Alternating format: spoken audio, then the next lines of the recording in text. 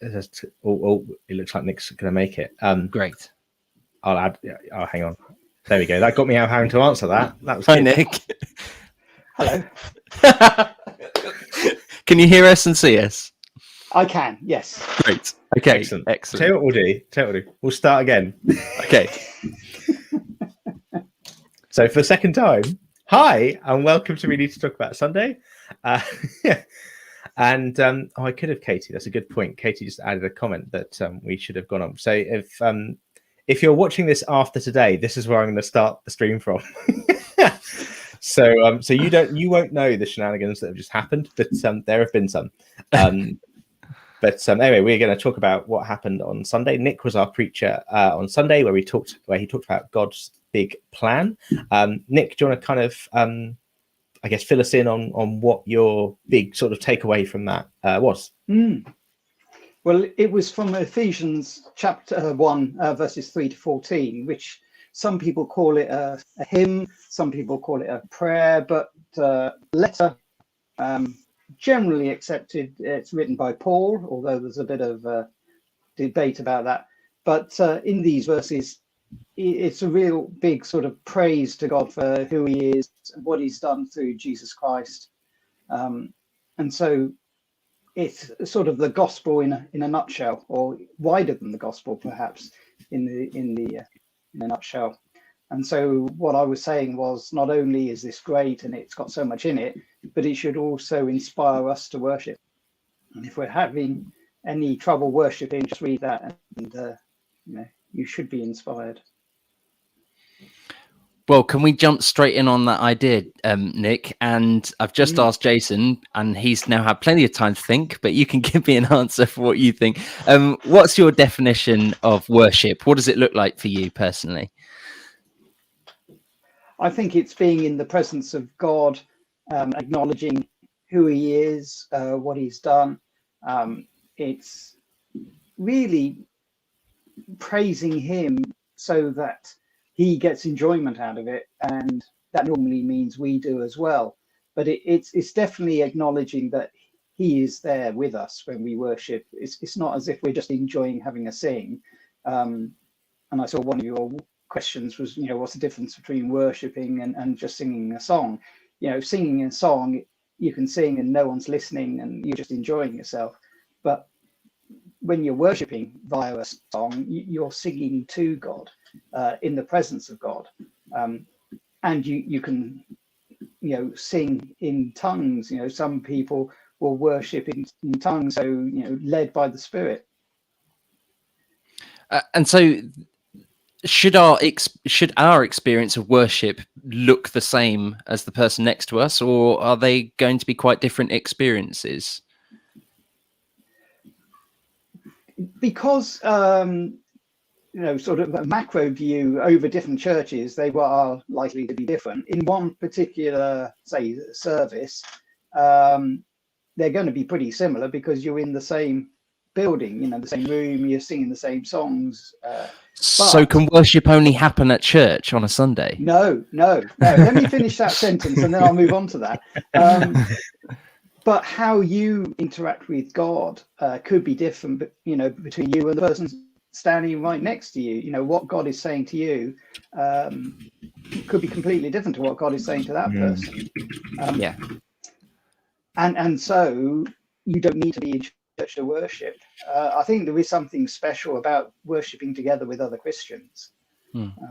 But, so I wouldn't want to say, you don't need to do that. I mean, I wouldn't want to say I don't want to. You don't need to. You can worship on your own. But I think you get much more out of it, if you're worshiping with others. Yeah,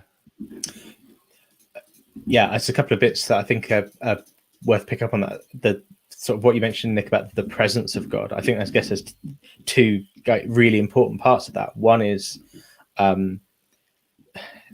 it's not just being in God's presence in it, because God is everywhere. That's kind of the point. Yeah. But it's I guess one of the ways that has always helped me think about is tuning into God's presence and getting ourselves into a place where we can connect with God, through that. And then the kind of I guess that's perhaps the kind of more passive bit of worship. And then for me, the active bit of worship is how we respond to that. And that can be different things, and lots of different things, couldn't it? And then, of course, in the context of in church on a Sunday, I can respond in song. In the context of walking down the street on a Tuesday afternoon, I might do something else. And it, or being in a place to serve and that kind of thing. So of course, we should say that worship isn't just singing songs or praying and those other things you might associate with the church service. The whole of our lives should be an act of worship in one way or another. I've been to churches before that have done sort of craft worship kind of things, and they've done interpretive dance kind of worship kind of thing, whatever, doesn't just have to be sung worship that's in a box and on a Sunday morning. One of the books that has really helped me, I'm trying to work out if I can find a link, is The Practice of the Presence of God. It's an old book by Brother Lawrence, and it's a very modern way of thinking about. I can pop it in as a banner. No, I can't share links on this. Okay, but just Google it. Practice the practice of the presence of God, and it gets across these ideas of, well, perhaps you can worship, doing the dishes, or doing kind of boring stuff, or doing things you don't think of as being spiritual, and that kind of thing, and sort of being able to tune yourself into the presence of God sort of everywhere, such that when you are everywhere, you can do that. Google it, look it up. It's I can't remember if it was a riveting read or not, but it certainly helped me in my spiritual journey to understand worship. And the book that Spring Harvest have brought out this year is all on worship. Why worship? So that's very good. Lots of different chapters in there, edited by Chris Rogers. And if Ellie was here, she'd say one of the chapters is by Dr. Helen Morris, one of the lecturers at Moorlands. Oh, cool. I can find that. Why worship? Is that why worship? Yeah. So why he looks worship? At why we worship, who we worship, how we worship. Super. I can drop a link to that in the description, certainly.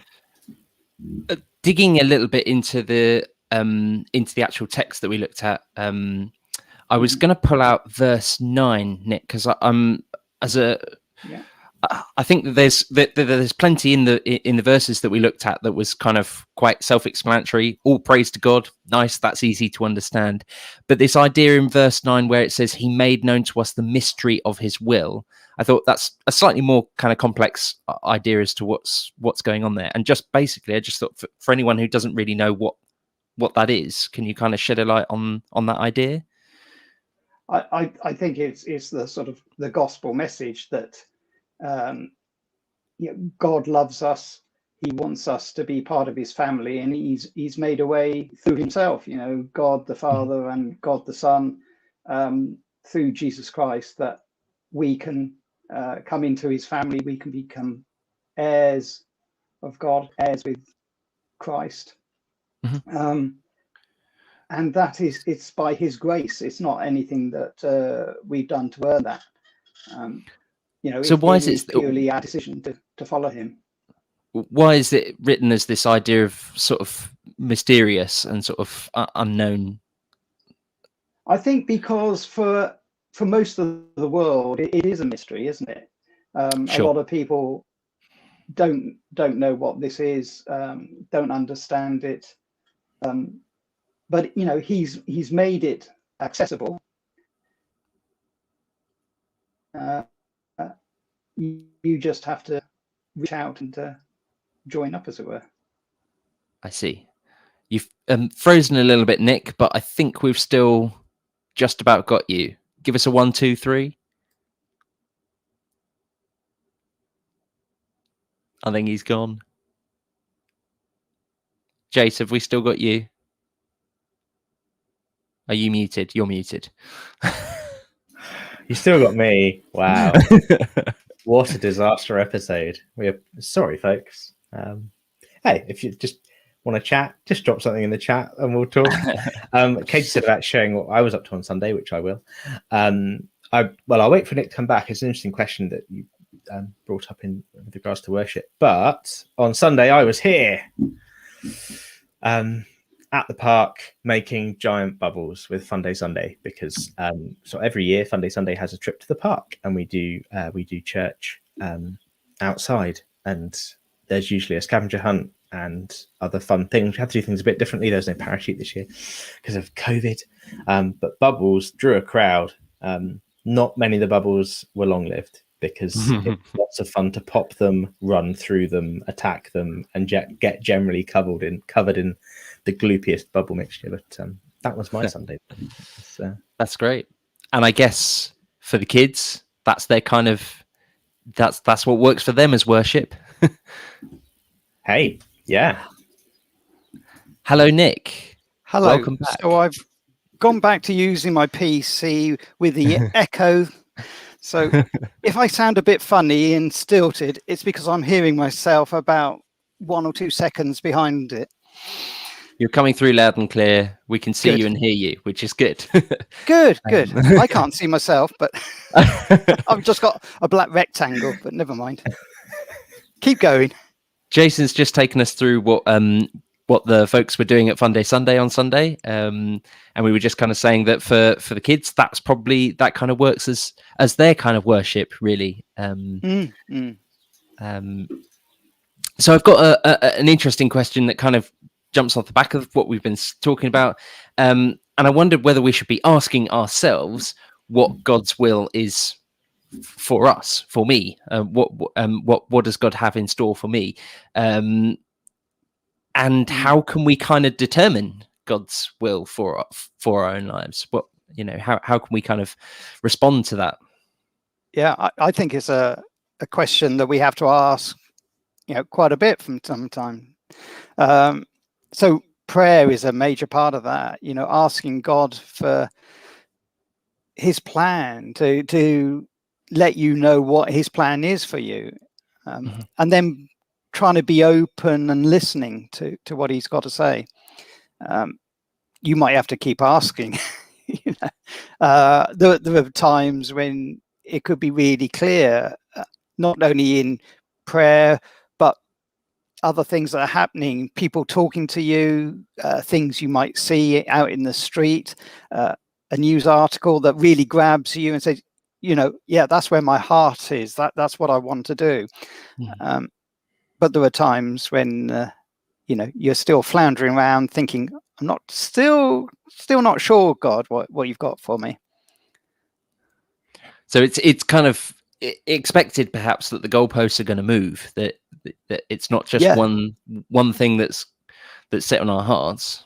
Definitely, or maybe it is. Maybe it's been bashed. Maybe it's really, really obvious, and we keep doing a Jonah and going the opposite way.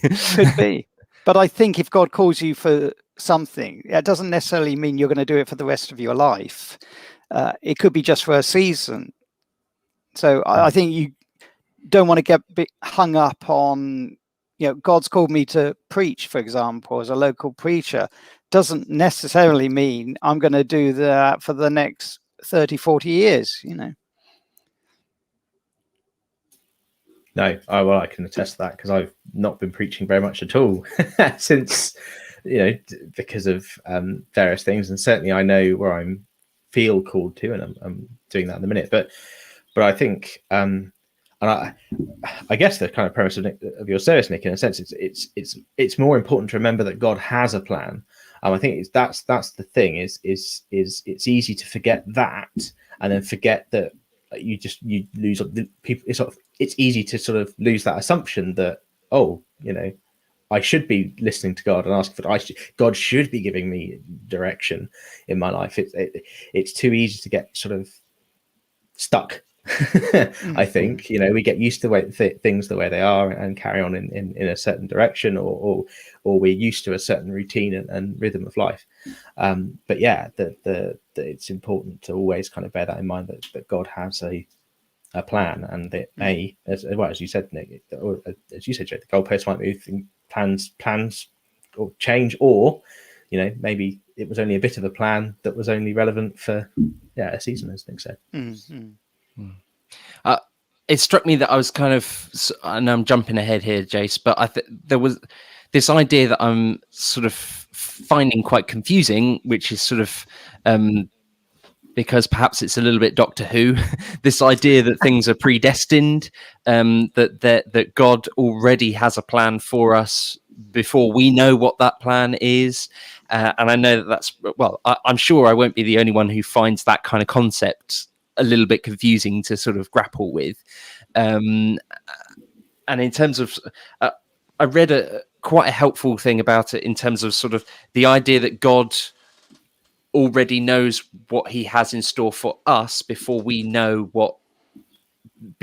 about God, sort of, sort of flipped around that way. But can you help me understand? Yeah, I think just because God knows what the outcome is doesn't mean we don't have free will.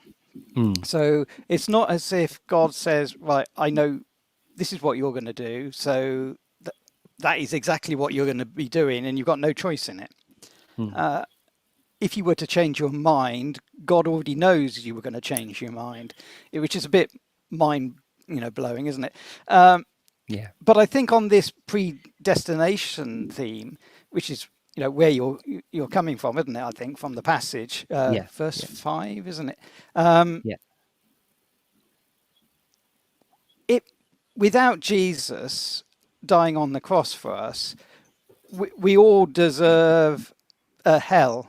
However you're going to describe hell, but that's what we deserve.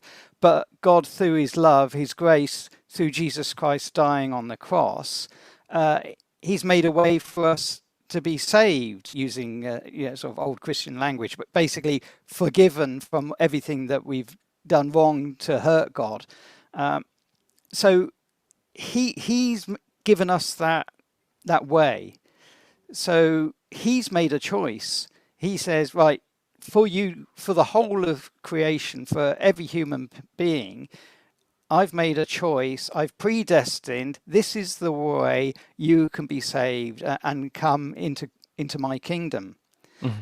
Now it's up to us whether we actually, decide to follow Christ and go that route.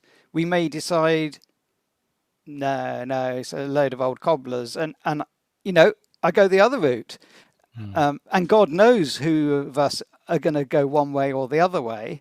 And he's predestined, as I say, he's made that choice of making the way for us.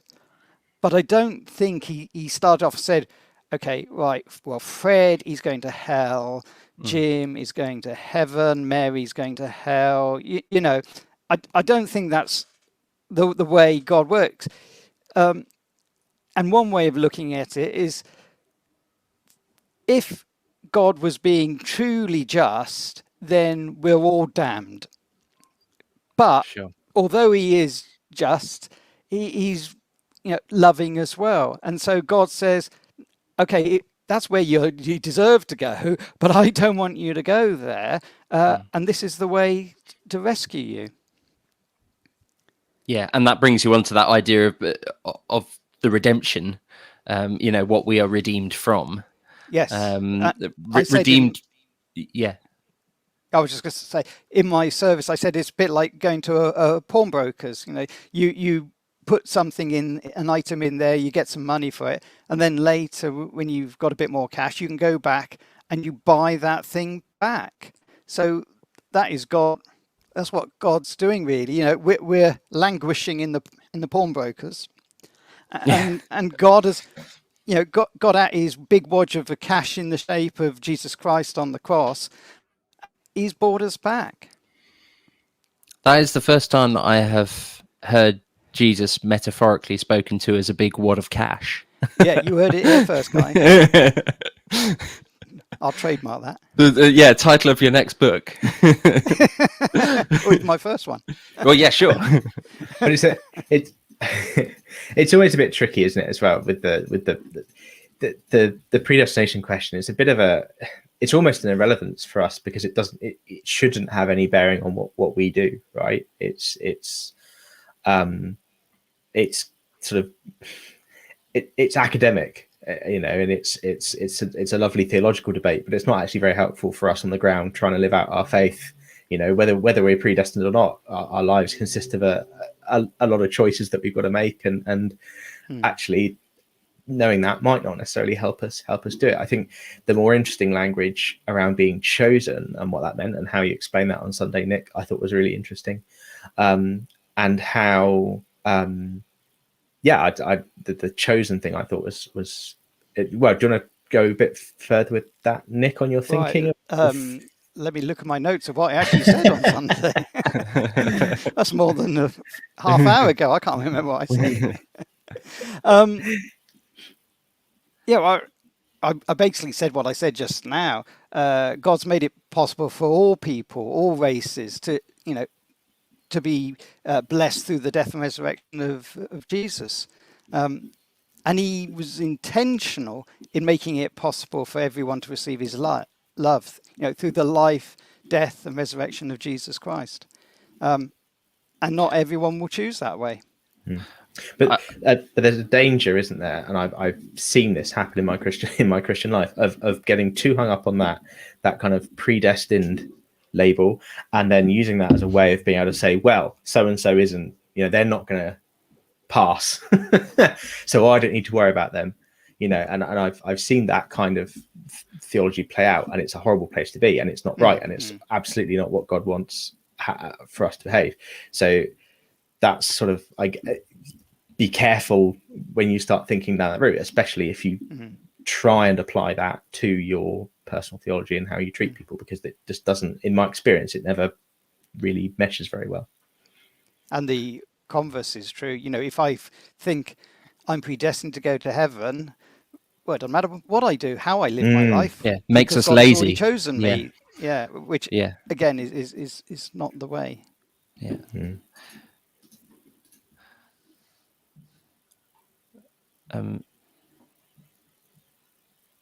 I was just trying to think of it. I had a question and then it's gone from me because I was getting wrapped up in that conversation so much. But give me a moment. You talk amongst yourselves. I'm going to try and restructure the other thing I spoke about on redemption, in addition to the pawn shop, was the redemption of the Israelites from Egypt. So on the first Passover, God told the Israelites to use the blood of a lamb around the doorposts to mark out their home as a place of safety, so the angel of death would pass over them. And when the Jews tell that story, they use the word for redemption, because God redeemed his people from Israel, from the slavery of Israel. Egypt. And so when Paul talks about redemption here, he's using that same word, which presumably would have, been familiar to his readers. And so what he's saying is, in the same way, God has redeemed his people from the slavery of sin rather than the slavery of Egypt. And Paul would know about redemption. Yeah, on the road to Damascus. Yeah. So I'm gonna pivot the discussion briefly, because I think you mentioned, Nick, early on in your introduction to the passage, actually, about being joyful, or having having a reason to be joyful, I think, or joyous. And then you kind of ended on the same sort of note of this is good news. Good news, yes. Yeah. And it sort of got me. It was, I forget exactly the words you used, but it did make. I did sort of wonder. Do we, are we joyful and or joyous enough as Christians? And it's just a talking point, really. And I'd be interested to know actually what you two think, Joe, because I know as well that Joe, you're a fan of a genre of music, certainly Christian music, that I would class as being particularly joyous, gospel more generally. And And I was just interested on both of your thoughts of that. Of do you see us doing joy right in worship, in church life generally? What's your take on that?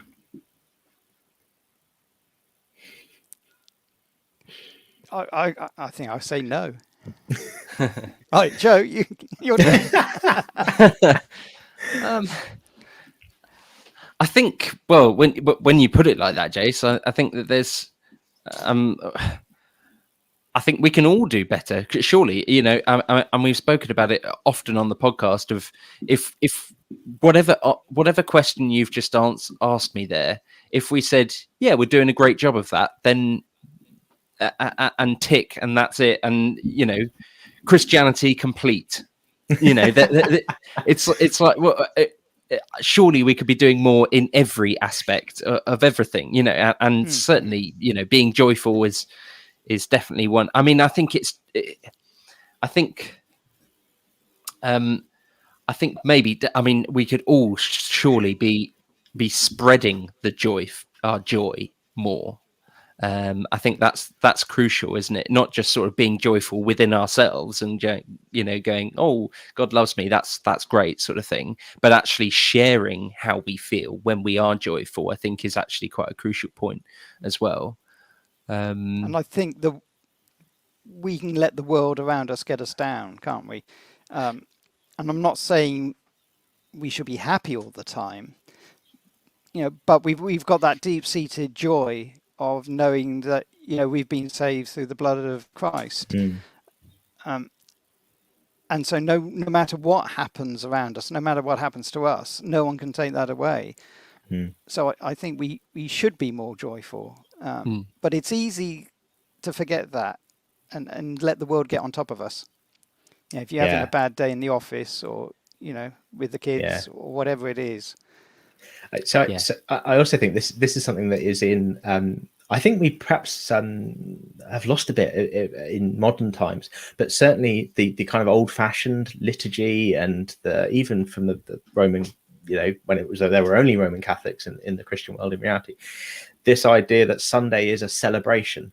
Like that, when we talk about Lent, like Sundays aren't counted in Lent because Sunday is such a huge. You can't be sad on a Sunday. It's such a huge celebration of this event. Why would you give up? You know, why would you give up eating certain things on a Sunday? That's the Lord's Day. You're going to celebrate and that kind of thing.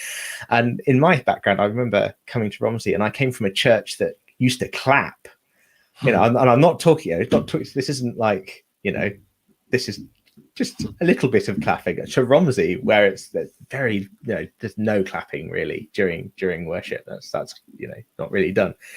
And it's just interesting sort of thinking about that and why that is, and what we focus on in our faith journey and worship, and how we're connected to God. And I guess that's perhaps my challenge for us, all of us, is where do we, you know, how do we make sure that we're bringing joy to our worship and showing joy in our worship, whatever that is, not just Sunday morning, as we talk about, but everything else that we're doing. Because you say, Nick, it's easy to get down, or to be brought down by everything that's going on. Especially in church services, I think there's a feeling of you've got to be reverent, which is fair enough. Yes. You know, God is who he is, so much bigger than us, and you know, we need to acknowledge his position, but he's also given us a sense of humor. You know, he's also given us a way to laugh, and I think it'd be wrong to think that in a church service you can't smile. I certainly can't laugh. You know, I've opened a lot of my services with a joke. I haven't done it recently. I've let the world get me down, you know. But you know, I don't think there's anything wrong with that. You know, we're there to worship God with all our senses. I think certainly we're much more likely to share that joy if we are open about it. Yes, I give anyone in church permission if I'm throwing a strop because the tech's all got wrong at the back of a Sunday morning, or I'm dashing about like a madman with cables around my neck. Remind me of that I've said. Yes. We need to be more joyful. Yeah, yeah. Um, And you've got to promise in return not to throw anything at us. I wouldn't dare. Those cables are far too precious. Yeah. Joe, have we made it through all of our questions? I think so. Yes. Thanks, Nick, for sticking with it. I know that. Oh, I'm so sorry, everyone. That's all right. I have meetings like this at work where I'm just about to join a meeting and my internet connection will go down. I need to go and talk to my ISP, I think. Although my laptop's on Wi-Fi, but anyway, that's for a different discussion. It made the opening pretty joyful. So Well, I got back on. I could just see you, Joe, laughing your head off. I didn't know why. oh dear. Well, yeah. Super. Thanks, obviously, Nick, for your message on Sunday and for joining us this evening and kind of digging into it. Great. And yeah, we look forward to Gareth this Sunday. And I think that's about it, surely. Yeah. Feeding of the Yeah. 5,000, I believe, on Sunday. Excellent. Yes. Although it's that, but I should know what the theme is, but yes. I don't know, but we'll see what happens. Keep them guessing. Yeah, keep them guessing. It'll be good. Oh, it was something I was supposed to say, but I really can't remember what it is, so it can't be that important. You're going to be on next week, but possibly not the 2 weeks after that? Oh, that's yes. Holidays are Is that coming what you're up. gonna Thank say? you, Nick. That's a yes, probably. Yeah, why not? But yes, so we'll aim to be on next week. I'll check with Gareth that we can be, but then Joe and I are on holiday for 2 weeks. And then we're looking forward to that. But then we're hoping maybe to see if we can do something live, like a we need to talk about Sunday in person. Like an in-person event kind of thing. Yeah, we don't know what that looks like yet. Do let us know if people would be interested in that and come along and do like a live recording and So a be chat a bit. show sort of thing. Well, yeah, Yeah. sort of a bit like the Curious Cafe type thing that we did, but just with us lot. But let us know if you think it's a terrible idea. Sounds good. But yeah. So shall I pray and then we'll go and turn all this tech off? Please. Yeah. Father God, we thank you for being with us this evening. We thank you that Nick was able to be with us too in the end, and especially thank you for your word that he brought to us on Sunday and everything that he reminded us about your plans for us and the joy that we can have in knowing that you've got plans for us, Lord, and knowing what you've done for us and just who you are for us. Amen. Amen. Amen. Thank you, guys.